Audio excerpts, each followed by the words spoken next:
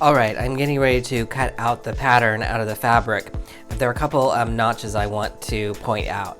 So there are these two notches here down toward the leg opening here and here on the back and the front. These notches are important. They need to be cut on the outside of the fabric. If you don't like cutting your notches on the outside of the pattern, then make very tiny slits, no longer than 1/8 of an inch. We only have 1/4 of an inch seam allowance all the way around. The reason we need to identify these areas is because this is where the binding is actually going to be coming to a stop. There are two other notches that you need to be aware of on the waistband. I have these two notches here that identify an opening which the elastic and the drawstring will be inserted. So we need to at least identify this area. The other side of the waistband, this side, I have two notches on the top and the bottom. Once we unfold this, we'll have two notches close together, and that identifies the back, the center back seam.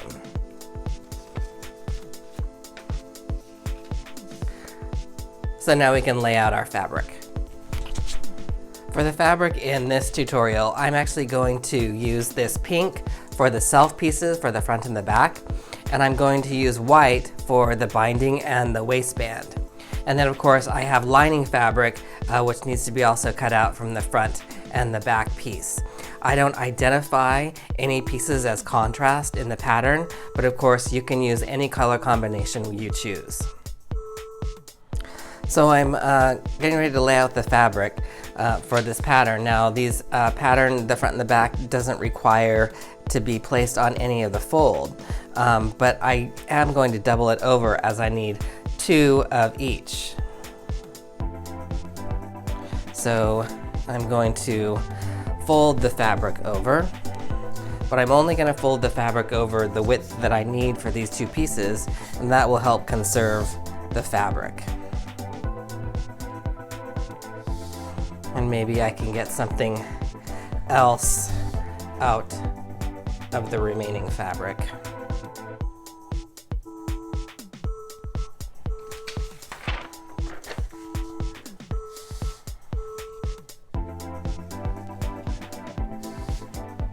Now understand that the suggestions that I have you can place like this and like this. Make sure that your grain lines are going in the greatest stretch direction, which would be perpendicular to your fold or your selvage. You can also do something like this. Normally the stretch, if you're working with a 4-way stretch, it doesn't really matter unless you have a print, a 1-way print, then you want to make sure that everything is going the correct way. I'm going to cut mine this way, and I need to move this a little bit more over.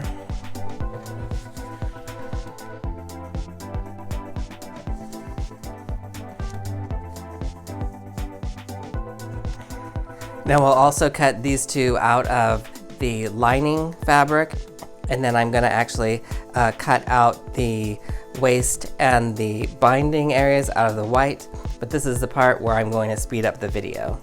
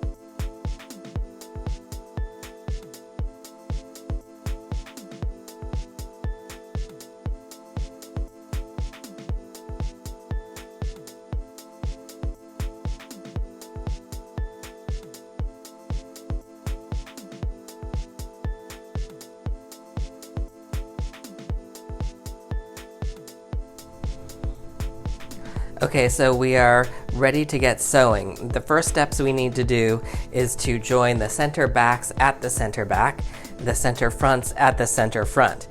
We have self and we have lining. Now you have a few options here. You can simply sew each of the center backs and center fronts separately, lining separate and then the self separate, and then match the front lining to the front self, match the back lining to the back self, and then sew along the crotch seam, which will be exposed. Another option is to stack your lining pairs on top of your self and then sew along the center lines, and that will attach the lining to the self. Another option that you have is what I'm going to do, is that's going to be stacking the center back lining on the center on the back pieces and sewing along the center back, and this way the lining won't move when you're wearing it. I'm going to sew the front lining and the front self separately. By doing this, I will be able to enclose the crotch seam when I sew it together. Okay, so that's the way I'm going to do it.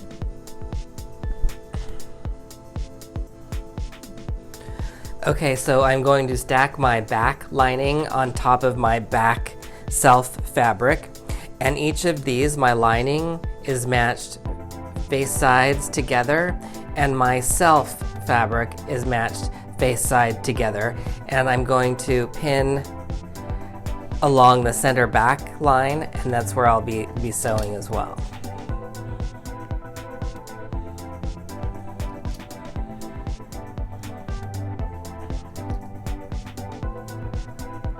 Alright, so I'll be taking that over to the machine in a minute. Now I'm actually going to pin these together to keep them from slipping around. This is the front self lining fabric, face sides together. I just need a couple of pins here.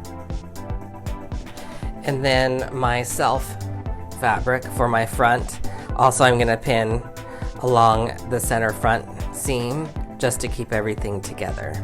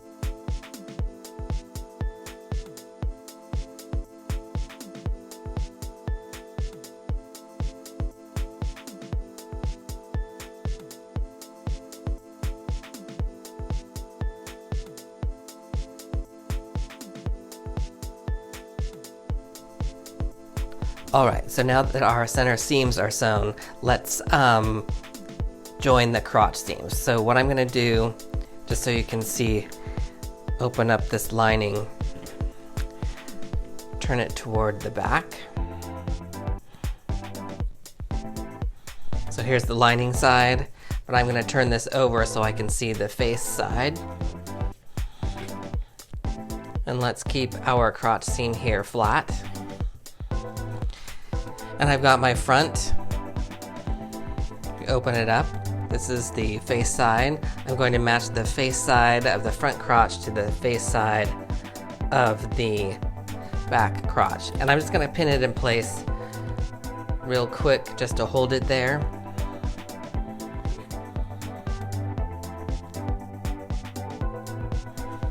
For the time being. Okay. And then I'm going to flip this whole thing over. So now I see the back with the lining. And what I'm going to do is I'm going to open up the front lining, and I can see the face side. I'm going to place the face side of the lining crotch to the face side of the back lining crotch. And then I can repin everything together. Make sure all of your edges match.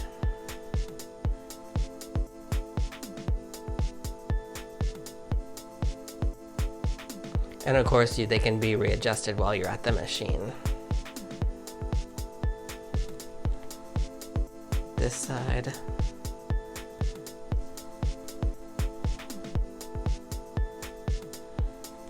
And then just double check to see if you're matching all of those center seams. We like things to match. And I like to put a pin right there at the center. All right, and then we're gonna overlock this seam together.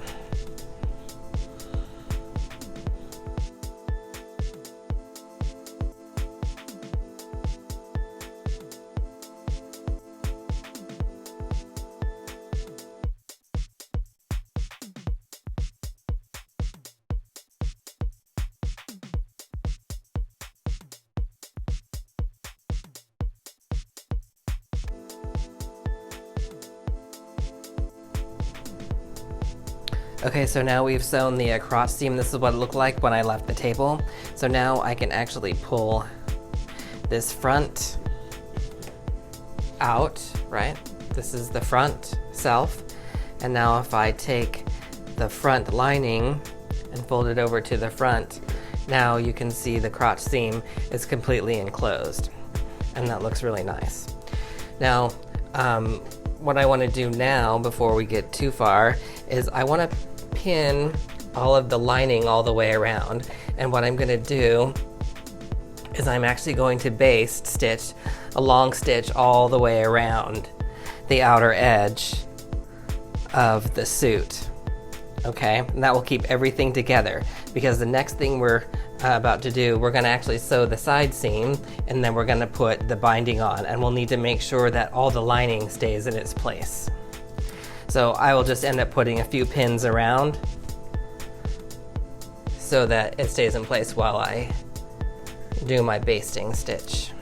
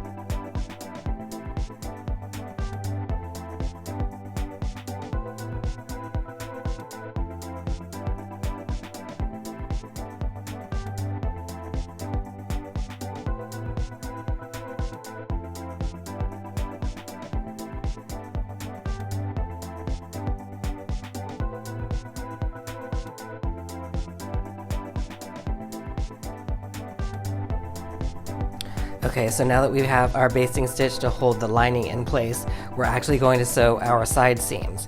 So to do this on this style, we're actually going to put wrong sides together, match the wrong sides, and the side seams match your self notches up to the top. And I'm going to go ahead and pin. And what we're going to do is we're going to sew to the notch. You can either sew from the top to the notch or the notch to the top. I'm probably going to sew from the notch up to the top so I can get a pretty good height on, make sure that they match in lengths. Because what we're going to do after this is we're going to add the binding. And the binding is going to start here and we'll go around, or we'll end here, depending on which side you're starting on. But for right now, we're going to sew these side seams a regular stitch length from the notch up to the waist.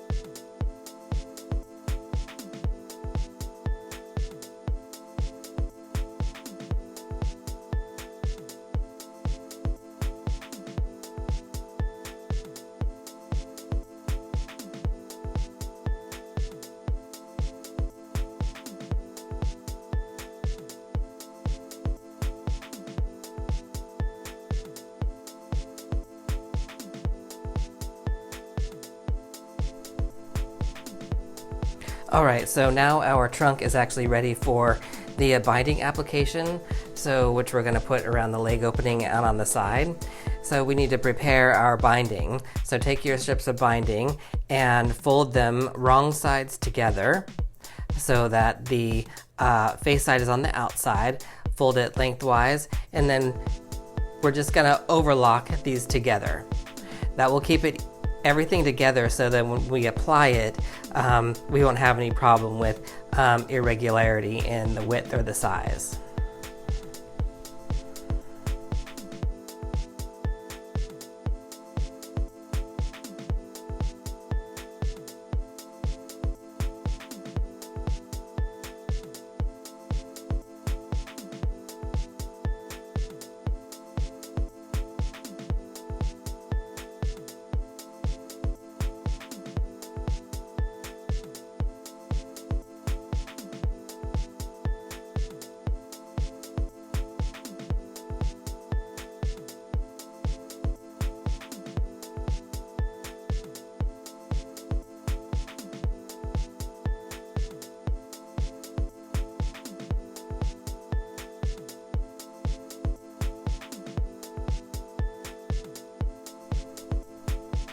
Okay, so we're actually ready to apply our binding onto the trunk.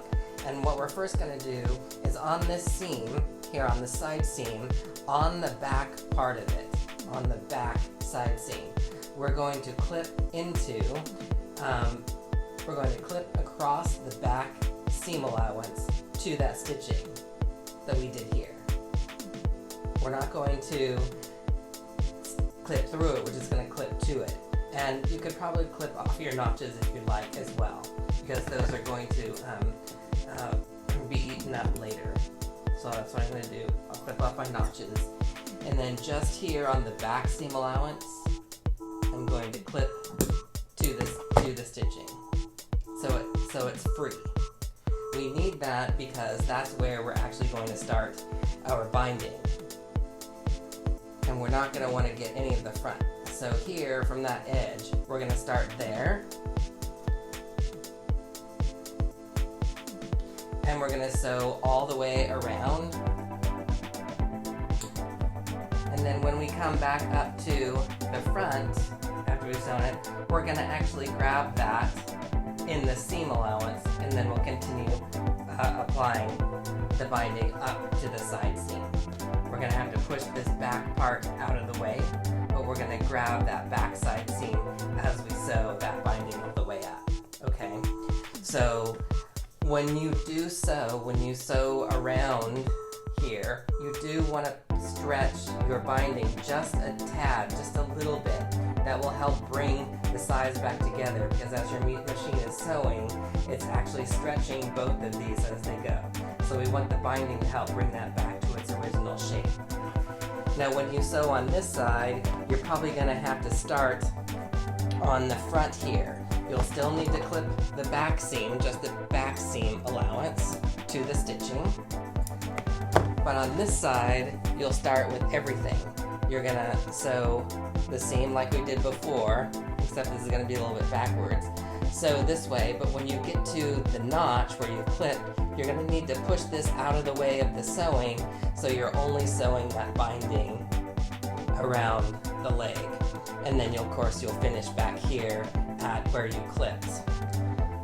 Okay, so let's give this a try.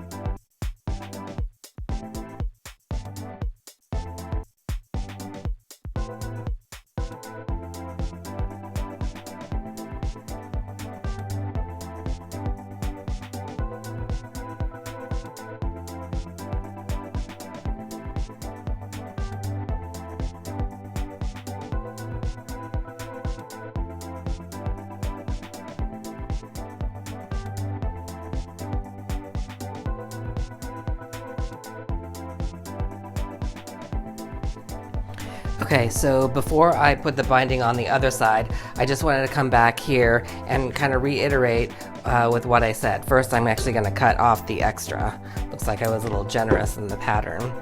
But you see that I have it stitched all the way around now, and you saw me struggle a little bit when I came back here on the front here.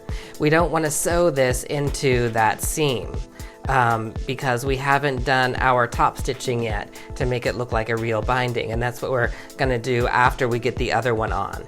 So again, if you're starting on this side, you're going to make sure that the front is pushed away so that you can sew the binding on all the way around. And when you come back to the front at this clip, you're going to want to make sure that the back is pushed completely out of the way, and then so you're going to have the whole seam in this with the binding, and then you'll sew the rest of it up to the top.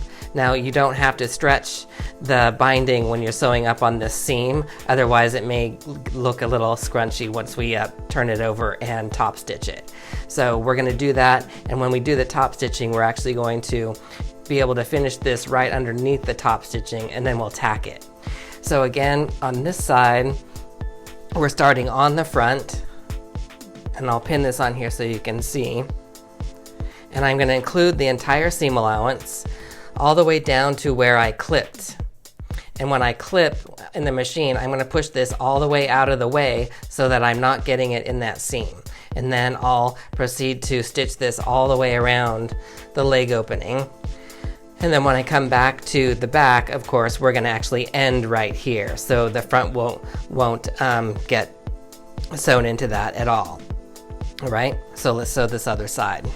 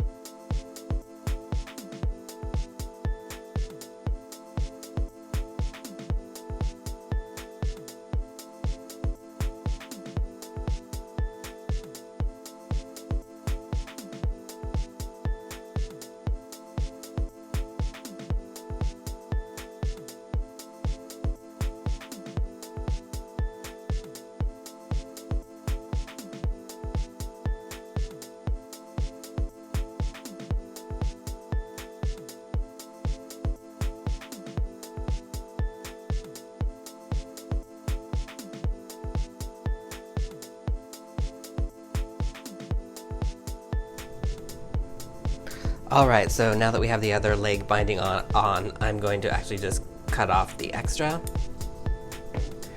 The next step is actually to turn the binding over the seam allowance, and we're going to zigzag on top of this all the way around. So I think you'll be able to see it better if I do it on this side. So what I'm going to do is fold the binding over to cover that entire seam allowance. And you can pin this if you'd like. I'll go ahead and do that around this side. Sometimes I feel like it's easier to just go ahead and turn it as I'm in the machine, but I'll pin this all the way around so you can see what it looks like.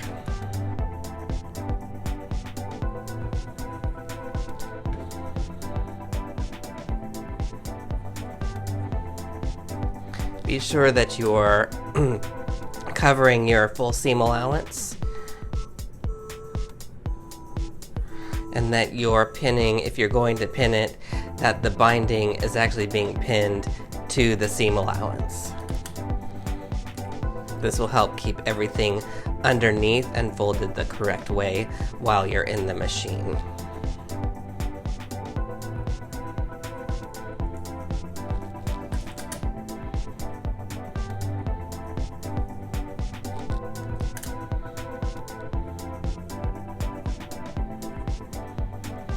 And then here, when you're going to come back up, since we're going to start here, what I'm going to do is once I come back in the machine, we'll tuck that underneath,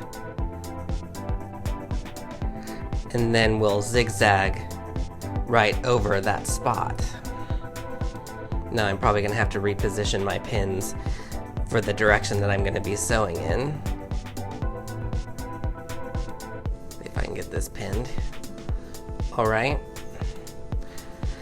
So we'll catch this back side underneath the top side that's going to overlap on top of it as we sew, and underneath we'll be catching that. And yes, I didn't clip as far I didn't clip the binding all the way away, but once we get this all sewn, we can clip that again. Now understand, the remainder of this binding is going up the side seam here. So when you're turning this over and when you're stitching it, be sure that underneath this seam is actually pulled so you don't get any overlapping on the underside. I'm going to make sure that that is nice and flat, and that it will seem a bit thick. it won't seem, it actually will be thick. So when you're stitching this, try to catch one of your zigzag stitches right here on the very edge of this binding. So, and that's where I'm kind of pinning. And once I get this pinned up to the top, I'll turn it and show you what it looks like on the inside.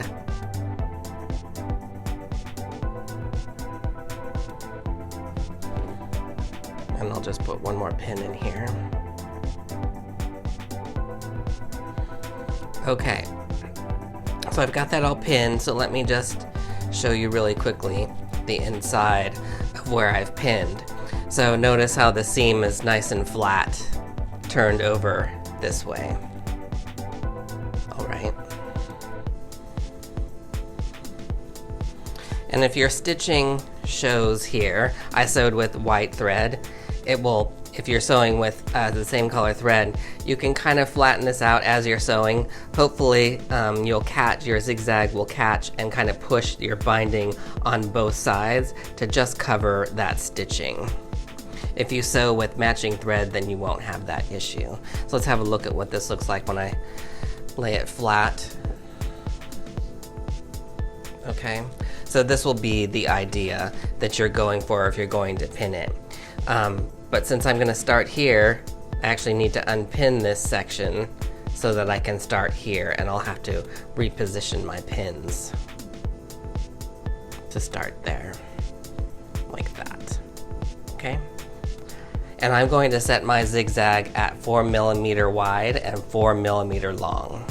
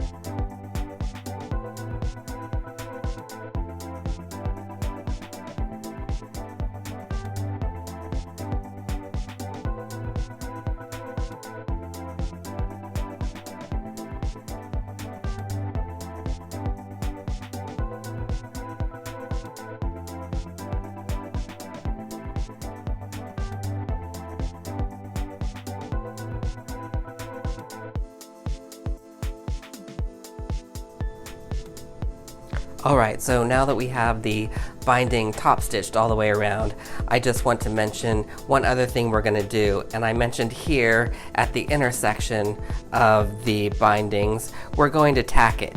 And right here where they meet here, this is where I'm going to do my tacking. You could also do one down here below, perhaps I'll do both. So I'm going to tack straight across, so straight stitching here, and then I'll probably tack right at the bottom here to tack those two together. And that's just to keep it from pulling apart. We did sew them together with the zigzag, but we want to make it a little bit stronger. Remember, this is the outside of the leg, so as you're walking, this is going to actually take a little bit of stress. So we just want to make sure that that doesn't pop out. So we'll tack it there. I also wanted to mention on this side that if you're worried about seeing, some of your overlocking over your seam like this, you could also, after you tack, if you're tacking straight across here, you could also run a little straight stitch. Just tack this edge down. No one will really know the difference. And then also I wanted to mention here on my stitching here, I can see that seam line that I probably could have sewed or overlocked the binding on a little bit closer to that seam, but I'm not going to really kind of worry about it too much. A little trick you can do is maybe find a marking pen that's the same color as your fabric and just kind of mark it up.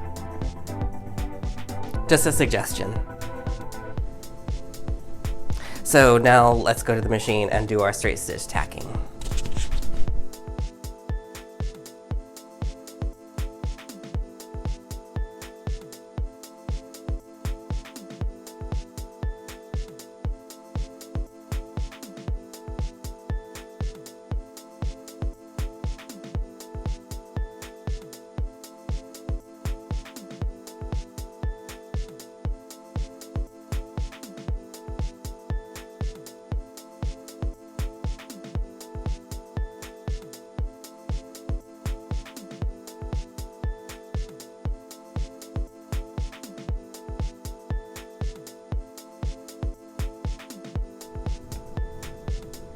Alright, so now we're ready to work with the waistband. And I'm going to take my waistband, I'm going to fold it in half, face side to face side, matching my center front notches here. And I'm going to pin it. I'm going to pin it right at the notches, in the middle of the notches. And now this is where I'm going to sew. I'll sew from this notch to the edge and then from this notch to the edge, leaving this area here open, and that's where we're going to insert our elastic.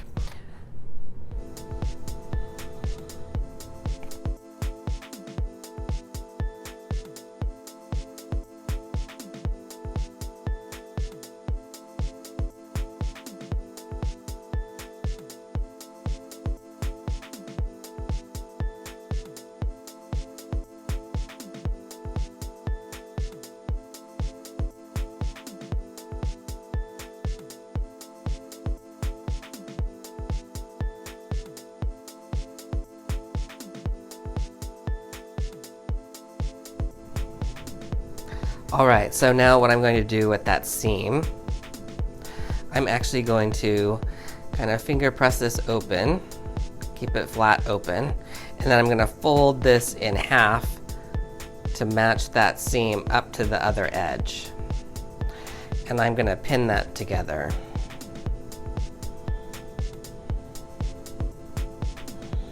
Alright, and then I'm going to actually fold it in half widthwise at the center back, match my center back notches, and I can pin that.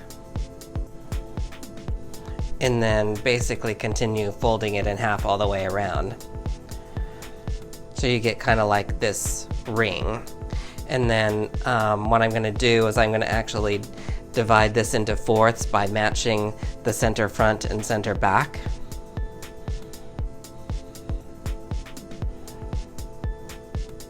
And at each of those sides is where I'm going to pin that as well.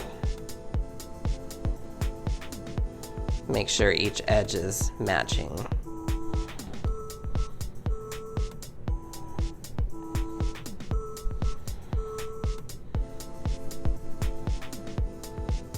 Now, before you put this onto the waistband, you could go to your overlock and overlock these edges together so everything stays the way you need it.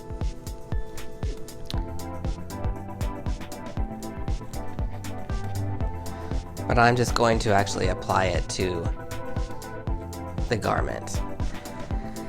So this here, remember that this hole here is for the insertion of your elastic and your drawstring, so that needs to go in the front. Little side note, if you don't want this opening in the front, maybe you want the seam in the back, you can add a buttonhole, but remember that you're just going to be adding the buttonhole to the inside of the waistband. I've just made this here so I don't have to worry with the buttonhole, and you can either close this when you're finished or not. I tend to just leave it open. But I'm going to match this here at the center front on that seam. Make sure you're catching the lining. Okay, when I match it here, I'm actually seeing the opening. See, if I fold it up, this will be the front. And I'm just gonna casually, just to pin that in there, so you can see that it's not on it. This is now the outside. And I'm going to pin each of these sides to the side. I have sides, and then I have the center back.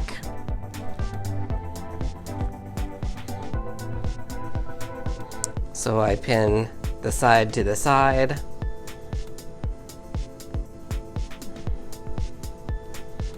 I'm pinning the center back of the waistband to the center back of the suit. And then I'm pinning the other side.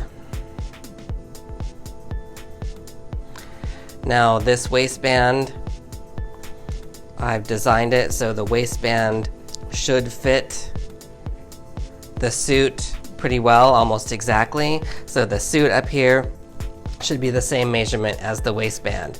And again, the suit measurements should be smaller than your body measurements.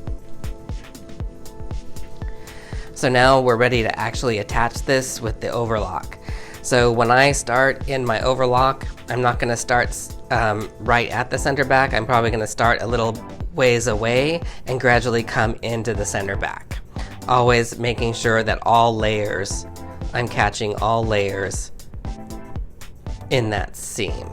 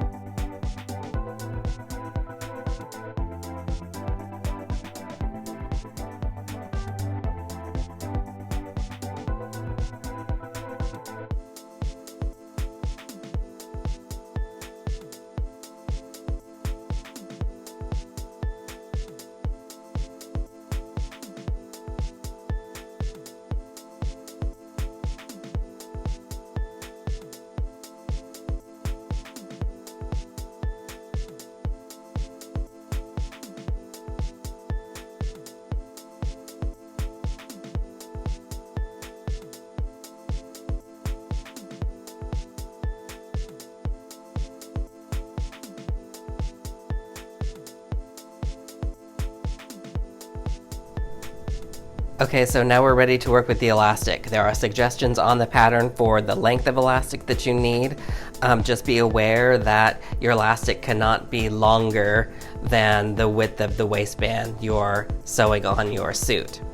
So what I'm going to do is I'm going to actually put my seam allowance, or a 1/2 inch mark, on both of the cut edges. And I'm actually going to do it on both sides because we're going to insert this into the waistband, and we really won't know. Sometimes it gets twisted around when we get back to our starting point, so we want to be able to see this mark. So now that I have that done, what I'm going to do is I'm going to fold it in half. This is the way I like to work with the safety pin. You're going to have a good sized safety pin. If you're working with a really small one, it's going to be hard to feel around on the inside, so I suggest getting a larger safety pin. This one, the width at the top measures about 3/8 of an inch wide. And I like to double pin it, so instead of piercing it this way at the end and just grabbing it this way, sometimes you're pulling too hard, you might rip out of the elastic. So I like to put it in like this, like it's actually safety pinned, then close the pin. Then we'll find our opening, insert the head of the pin, and then you'll have to push that beginning part of the elastic inside as well. And then what you'll do is you'll just feed it through, help this elastic get into that little hole, and then you're just going to work your way all the way around the waistband. And this is the part of the video where I'm going to speed it up.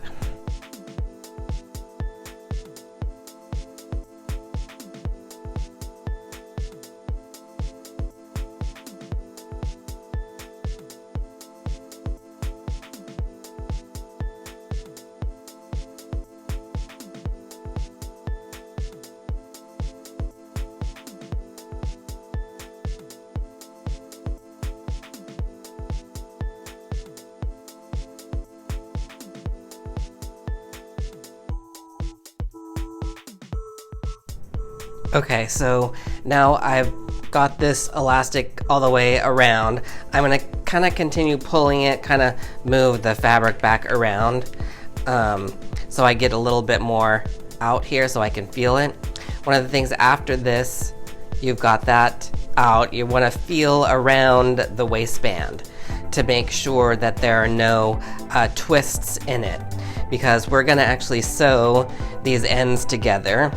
And if we accidentally sew them together twisted, we're going to have to fish in there to get the end out again, to rip it out, to re-sew it. Take the safety pin out. And so this is where having the marks on both sides kind of helps.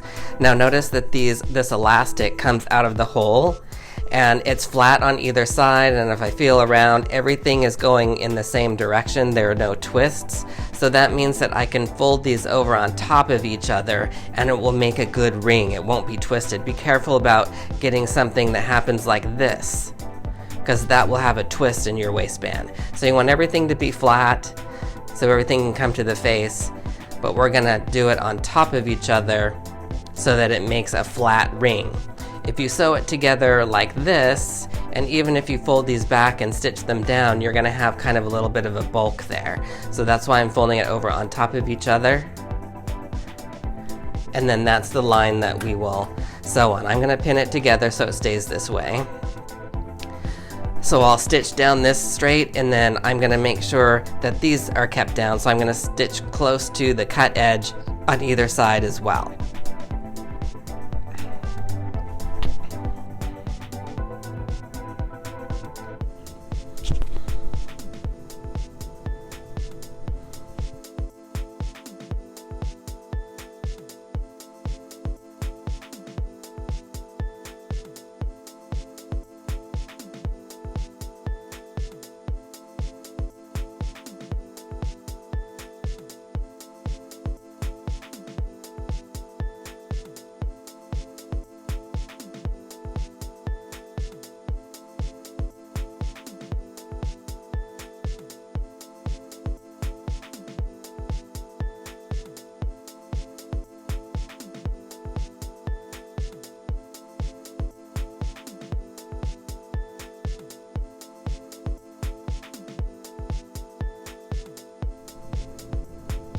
Okay, so now we have our elastic all sewn together, and what I'm going to do is I'm just going to start maneuvering or massaging this waistband to eat up the elastic.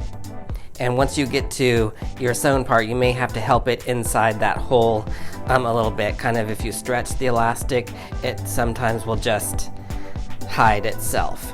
And then what you want to do, what I like to do is I like to kind of push the waistband around the elastic, and what that does is just kind of moves that stitched area around and kind of evens everything else out.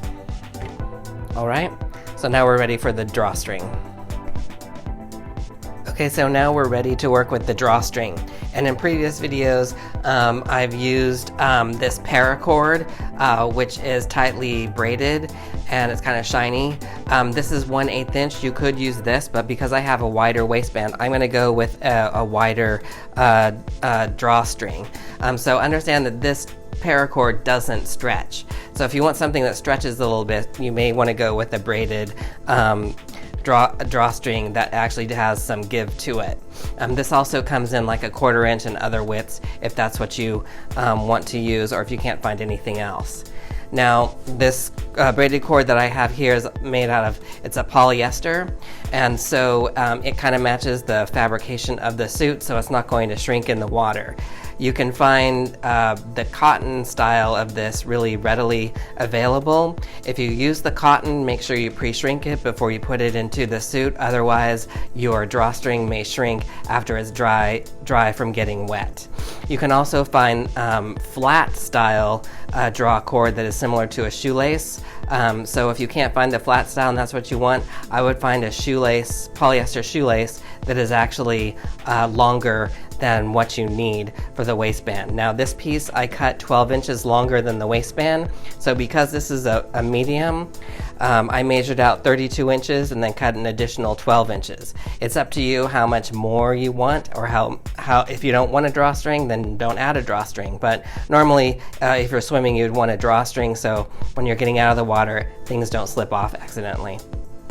So to get this started, I've cut each edge and I'm going to tie a knot. Now I'm going to go ahead and tie a knot on this end as well now, so it doesn't unravel while I'm working with it. So I'll take my safety pin and I'm going to pierce the center of that knot. Make sure it's on there good, it's not going to pull out. And then just as the same as with the elastic, insert the safety pin and then just wiggle your way around until you come back to your starting point.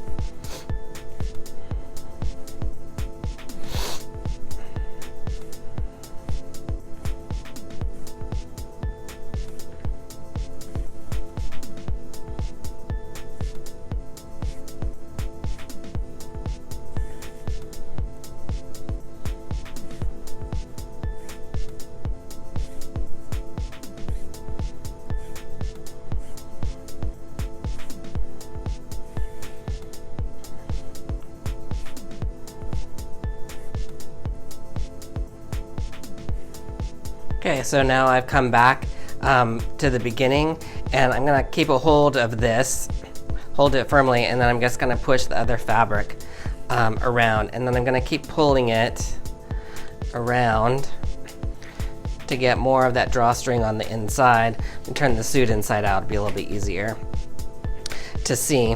What we want is we want both of these ends to be about the same length, so I'm just going to pull this some more, hold on to it, and see if I can get that.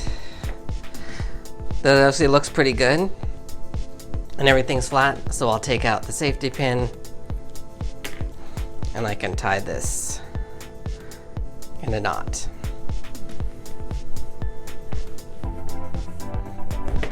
And there you are. There's your new retro looking swim trunk.